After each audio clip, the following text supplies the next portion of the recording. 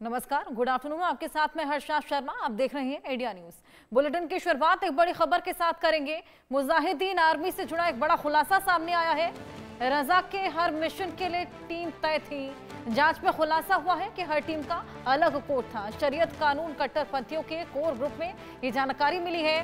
Team के बारे में जांच एजेंसियों को जानकारी मिली। 13 टीम बनाने का रजा को आदेश मिला था। किसने दिया था ये आदेश? यूपी एटीएस इसका पता लगाएगी। ग्रुप में रजा की तरफ से लिखा गया था, आका ने जिहाद के लिए आप 13 लोगों को चुना है। सभी 13 लोगों को अलग अलग ग्रुप बनाने के लिए रजा ने कहा। इस ग्रुप के अलग अलग नाम दिए गए थे। अलग अलग ग्रुप को अलग अलग जिम्मेदारी दी गई थी। एक दूसरे से संपर्क ना करने के लिए भी कहा गया था। एक ग्रुप को शरिया कानून लाने के लिए पैसा जुटाने को कहा और एक ग्रुप को लगातार हो रही घटनाओं पर नजर रखने के लिए भी कहा गया था। ये बेहद बड़ा खुलासा निकलकर सामने आया है। टीम के बारे में जांच एजेंसियों को यह जानकारी मिली है। हर टीम का अलग कोड था। मुजाहिदीन आर्मी से जुड़ा यह बेहद बड़ा खुलासा। हर मिशन के लिए एक टीम को तय किया गया था। सबके अलग अलग कोड नेम्स थे। ये बेहद बड़ा खुलासा। शरीयत कानून कट्टरपंथियों के कोर ग्रुप में ये जानकारी मिली है। टीम के बारे में जांच एजेंसियों को ये जानकारी मिली। जो तमाम घटनाएं थी उन पर नजर रखने के लिए कहा गया था एक ग्रुप को, और ऐसे ही तमाम जिम्मेदारियां अलग अलग टीम को सौंपी गई थी। सभी के अलग अलग कोड नेम्स भी रखे गए थे। अभिषेक सिंह हमारे सहयोगी और जानकारी के साथ जुड़ गए हैं। अभिषेक, क्या कुछ और जानकारी?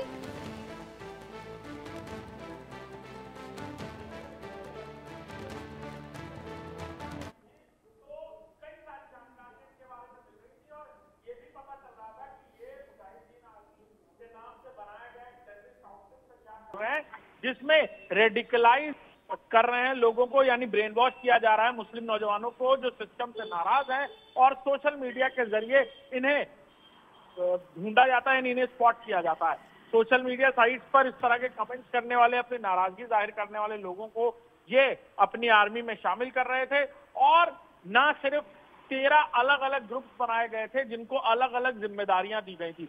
यूपी एटीएस को अब इनकी 8 दिन की रिमांड मिली है, जिसमें इनके मोबाइल फोन से मिले डिटेल्स को फॉरेंसिक एक्सपर्ट के जरिए विश्लेषण कराया गया है।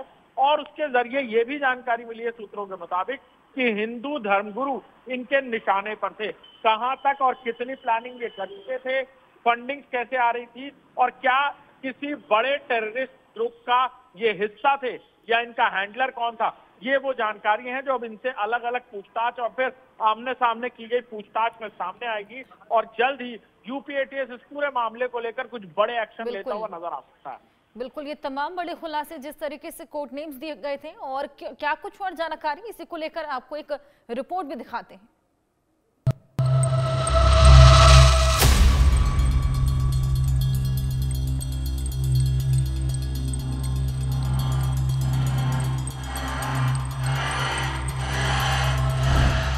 काली डायरी डिकोड, हिंदू धर्म गुरुओं के लिए कोड।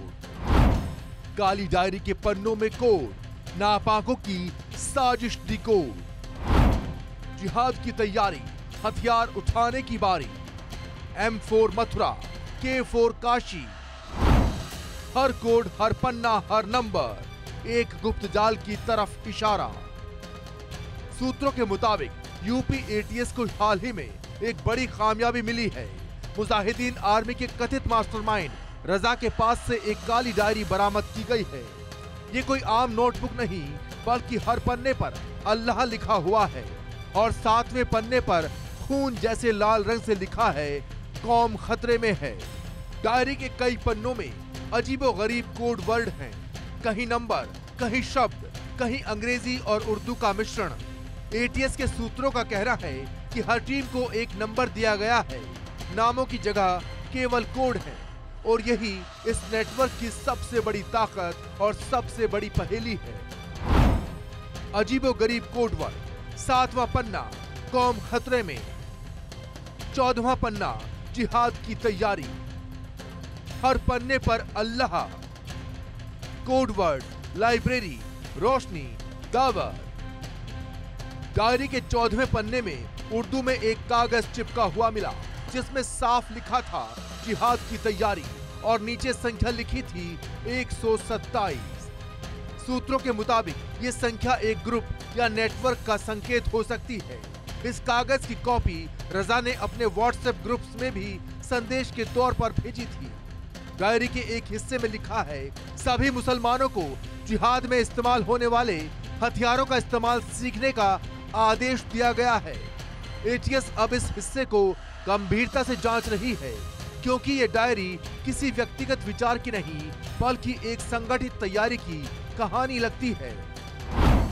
कई राज खुलेंगे, लाइब्रेरी मुलाकात की जगह, रोशनी आ गई, पैसे अकाउंट में आए, दावत का इंतजाम, हथियार इकट्ठा करने का कोड।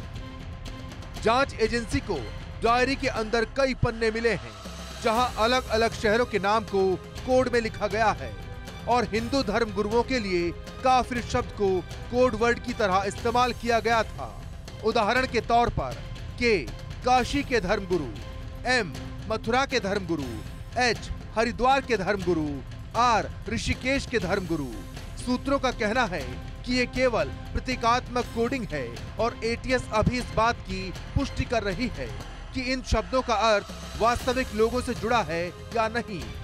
इतना ही नहीं, डायरी में दावत का इंतजाम जैसे शब्दों को हथियार जमा करने या मीटिंग तय करने के संकेत के तौर पर इस्तेमाल किया गया था और जब किसी को पैसे या फंड्स मिलते तो कोड में लिखा जाता था, रोशनी आ गई है, यानी पैसा अकाउंट में पहुंच गया। वहीं सूत्रों की माने तो डायरी में कुल मिलाकर 20 से ज्यादा कोड वर्ड्स हैं, जिनमें से आधे अभी तक डिकोड नहीं किए जा सके हैं। हर टीम का एक नंबर और हर शहर का एक अक्षर तय किया गया था। जांच एजेंसी के अनुसार अंडरग्राउंड नेटवर्किंग सिस्टम का हिस्सा हो सकता है।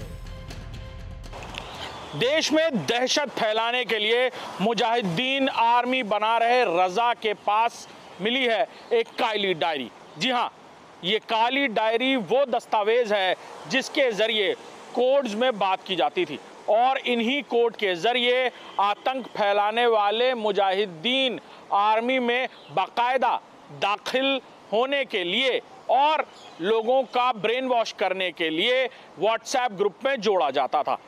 इंडिया न्यूज़ को मिली इस एक्सक्लूसिव जानकारी के मुताबिक सूत्रों के अनुसार यूपी एटीएस के हाथ ये काली डायरी मिली है।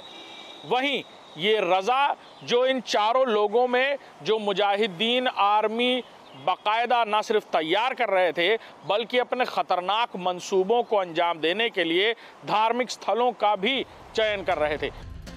काली डायरी एक ऐसा दस्तावेज जिसके हर पन्ने पर छिपा है शक, साजिश और सनसनी। अब सवाल सिर्फ एक है, क्या ये कोड एक नेटवर्क का नक्शा है या फिर एक अकेले दिमाग की खतरनाक सोच का सबूत? जवाब तलाशने में जुटी है एटीएस और हम भी निगाह बनाए हुए हैं इस एक्सक्लूसिव रिपोर्ट पर। Bureau report, India news.